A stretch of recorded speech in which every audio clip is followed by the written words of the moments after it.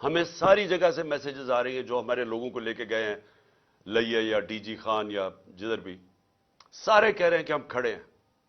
ایک ایک سے میسج آئی ہے کہ بالکل ہم نے اب پیچھے نہیں ہٹنا. سو اس سے کوئی گھبرا نہیں رہا. اور کل انشاءاللہ پنڈی میں دیکھیں گے جس طرح پبلک نکلے گی، جس طرح ہماری قیادت تیار ہے اپنے آپ کو یہ جیل بھرو تحریک کے اندر شامل ہونے کے لیے. اور پھر جو ہمارا احتجاج جس کا جو دوسرا پہلو ہے، ایک تو یہ ہے کہ جو ہمارے پر تشدد ہوا، ظلم ہوا، جو انہوں نے جس طرح کی ایف آئی آر، جو ہر روز ایک مشن پہ ہیں کہ کسی نہ کسی طرح الیکشن نہ کرواؤ اور ان کو کرش کرو تحریک انصاف کو. تو ایک تو اس کے اوپر احتجاج ہے، پرامن احتجاج ہے. اور میں یہ یاد کروا دوں آپ کو کہ سری لنکا میں انہی حالات کے اندر پبلک سڑکوں پہ نکلی تھی اور لوگوں نے جلائے تھے گھر، پرائم منسٹر کا گھر جلا دیا تھا، پبلک خود سڑکوں پہ آ گئی تھی. اگر یہ تحریک انصاف اس وقت نہ ہو تو یہ پبلک اسی طرح سڑکوں پہ نکلے گی. جس طرح کے حالات یہاں بن گئے آج پاکستان میں، پبلک تو خود نکلنے کے لیے تیار ہے سڑکوں میں. میں اپنا جو لاہور ہائی کورٹ، مجھے 3 بجے تو ہمیں پتہ، انہوں نے جب ہمیں پتہ چلا کہ وہ بلا رہے ہیں اور وہ کہتے ہیں آپ کو پیشی دینی پڑے گی، 3 بجے تو فیصلہ کرتے ہیں. 4:15 بجے گھر سے نکلتا ہوں اور جو پبلک سڑکوں کے اوپر آتی ہے، ایسے تو پبلک کبھی نہیں نکلتی. تو پبلک تو تیار بیٹھی ہوئی ہے.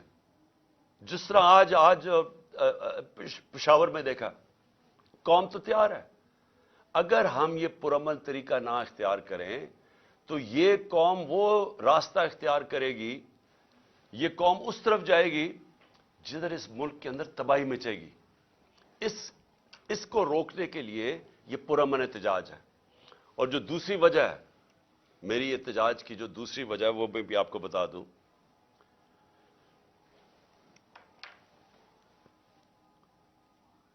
کہ جو شہباز شریف نے کل تقریر کی، قوم کو مزید اور قربانیاں دینی پڑیں گی. شہباز شریف، یہ قوم 10 مہینے سے جو آپ نے سازش کر کے یہ چوروں کا ٹولہ اوپر بٹھایا ہے، جس میں آپ سب سے بڑے ڈاکو ہیں اور آپ اور بڑے بھائی اور آصف زرداری، آپ سے بڑے ڈاکو اس ملک میں آئے نہیں. 30 سال سے آپ چوری کر رہے ہیں، اربوں روپیہ آپ نے چوری کر کے ملک سے باہر بھجوایا ہے. ذرا پوچھیں تو صحیح کہ آپ کا ٹبر وہاں رہتا کیسے ہے؟ کون سی آپ کی آمدنی تھی جو اتنے بڑے بڑے آپ نے گھر خریدے؟ یہاں کا چوری کا پیسہ تھا تو اپنا پیسہ باہر بھجوا دیا.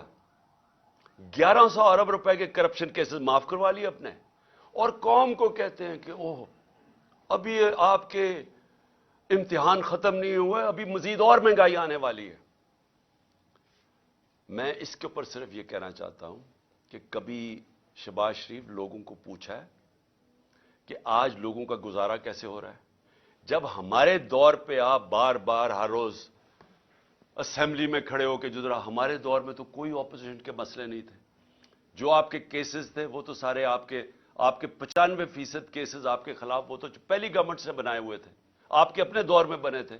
اسحاق ڈار تو آپ کی حکومت میں اس ملک سے فرار ہوا تھا. جب اس سے پوچھا گیا کہ اتنے زیادہ پیسے $5 ملین باہر کیسے بھجوائے ہیں، تو جب اسے جواب پوچھا ملک سے باہر بھاگ گیا. نواز شریف کے دونوں بیٹے آپ کے دور میں ملک سے باہر فرار ہوئے تھے. جب ان سے پوچھا گیا کہ بتائیں یہ آپ کی پراپرٹیز اربوں روپے کی کدھر سے آئی ہیں، وہ باہر بھاگ گئے. یہ جو اس کا شہباز شریف، آپ کا جو بیٹا، آپ کا جو داماد تھا، وہ آپ کے دور میں باہر بھاگا تھا جب پتا چلا کہ سرکاری طور پہ اس نے سرکاری ایک اپنی کوئی بلڈنگ کرائے پہ دی ہوئی تھی، وہ ابھی بنی نہیں تھی، اس کو جب پیسہ مل رہا تھا، جب اس سے سوال پوچھا وہ باہر بھاگ گیا.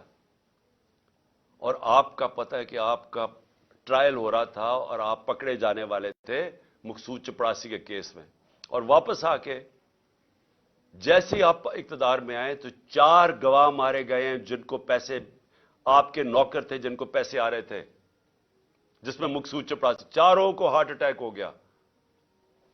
کوئی اتنی عمر بھی نہیں تھی ان کی، چاروں کو یہ ایک دم آتے ساتھ ہی 2 مہینے میں اٹیک ہو گیا. اور سب سے بڑی بات کہ جو انویسٹیگیٹ کر رہا تھا، جو آپ کا ایف آئی اے کا انویسٹیگیٹ ڈاکٹر رضوان تھا، اس کو بھی ہارٹ اٹیک ہو گیا.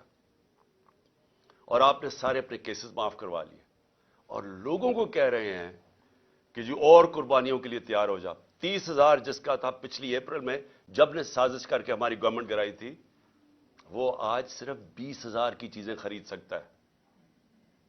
آج کل کی مہنگائی میں 20,000 کی چیزیں خرید سکتا ہے جس کا 30,000 مہینے کی تنخواہ تھی پچھلی اپریل میں. جو لاکھ روپے کماتا تھا جو گھر، اس کی صرف خریدار کی پاور 70,000 رہ گئی ہے. اور ابھی آپ جب مزید اور مہنگائی کریں گے تو یہ اور وہ نیچے ان کے پاس تنخواہوں کے اندر کبھی پورا ہی نہیں ہو سکے گا کہ وہ کس طرح بچوں کا پیٹ پالیں گے. اور آپ کہہ رہے ہیں ابھی اور مہنگائی ہوگی. تو یہ قوم آپ سے صرف ایک چیز مانگتی ہے کہ جو بھی آپ نے سازش کر کے وعدے کیے تھے نا کہ میں ایک دم پنجاب سپیڈ لا کے تو پاکستان کو اٹھا دوں گا، میں ترقی کر دوں گا، وہ ساری سوشل میڈیا پہ آپ کی سٹیٹمنٹس چل رہی ہیں. دیکھو میں آتے ساتھ ہی 6 مہینے میں کیسے پاکستان کو اٹھاتا ہوں. جب ایک جمہوریت کے اندر آپ اپنے وعدے پورے نہیں کر سکتے اور لوگوں کی کمر توڑ دیتے ہیں مہنگائی کے ذریعے، آج گھروں کے اندر مشکل پڑی ہوئی ہے، گھروں میں لڑائیاں ہو رہی ہیں. گھر میں جو بیویاں مائیں بیٹھی ہیں وہ کہتی ہیں ہمارا خرچہ پورا نہیں ہو رہا. خامد آگے سے کہتا ہے میں بچوں کی بھی فیس دینی ہے، میں کدھر سے پیسہ لے کے آؤں، میں نے کپڑے لینے ہیں. یہ ہوا ہے آج تک گھروں میں، اور آپ کہہ رہے ہیں مزید اور مہنگائی آنے والی ہے. یہ دوسری وجہ احتجاج کی. ہم 2 وجہ سے احتجاج کر رہے ہیں. اور میں آخر میں جاتے ہوئے اپنے ججز کو کہنا چاہتا ہوں کہ دیکھیں یہ ڈیفائننگ مومنٹ ہے پاکستان میں. یہ فیصلہ کن وقت ہے.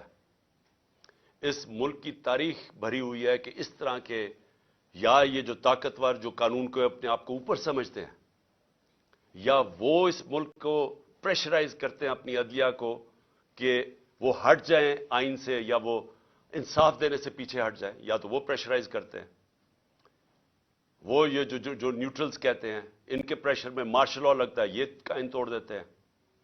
اور یا پھر یہ جو 2 مافیا خاندان ہیں، ہم یاد کرانا چاہتا ہوں اس قوم کو، انہوں نے اس ملک کی تاریخ میں واحد ڈنڈوں سے سپریم کورٹ کے اوپر حملہ کیا. جسٹس سجاد علی شاہ کی ریپوٹیشن ساری جوڈیشری جانتی ہے. ایک دیانتدار آدمی تھے، ان کو بھگایا. اور پھر یہ تاڑڑ جو تھا پرانا، جو بریف کیس لے کے گیا کوئٹہ اور وہاں ججز کو خریدا گیا، یہ انہوں نے کیا. یہ ان کی تاریخ ہے. جو نواز شریف تھا، یہ جب آج سے 40 سال پہلے یہ کرکٹ کھیلتا تھا جمخانہ کے اندر، سارے لوگوں سے پوچھ لیں کہ یہ میچ کھیل کے اپنے امپائر کھڑے کر کے میچ کھیلتا تھا، یہ تاکہ اس کو کوئی آؤٹ نہ دے دے. یہ کرکٹ بھی روندی مار کے کھیلتا تھا. اس نے کوئی کام آج تک دیانتداری سے نہیں کیا. اس نے کبھی بھی جوڈیشری کو دیانتداری سے فنکشن کرتے نہیں دیکھا. جب وہ فون کال ہے کہ شہباز شریف کال کر رہا ہے جسٹس جس کو بھی کہ جی یہ بے نظیر کو یا سیف الرحمان، شہباز شریف کچھ اور سزائیں بتا رہے ہیں کہ جج صاحب ان کو یہ 3 سے 5 سال کی سزا دی جائے. یہ ان کو ویسے جج چاہیے. ان کو کبھی بھی آزاد عدلیہ، جس طرح سجاد علی شاہ جیسے جج تھے، وہ کبھی بھی ان کو گوارا نہیں تھے. اور بیٹی کا بھی یہی حال ہے. اور ابھی شہباز شریف بھی وہ بھی بول رہا ہے ججز کے اگینسٹ.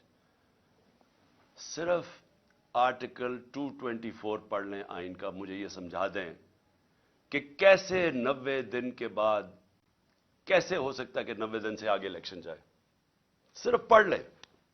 ساری قوم کو پتا ہے کہ اس وقت صرف ایک طریقہ ہے اس ملک کو اس دلدل سے نکالنے کا، اور وہ ہیں الیکشنز. جتنی دیر یہ چلتا جائے گا، یہ چور بیٹھے ہوئے چوریاں اپنی بچاتے جائیں گے اور صرف ڈرے ہوئے ہیں کہ الیکشن میں یہ ہار جائیں گے.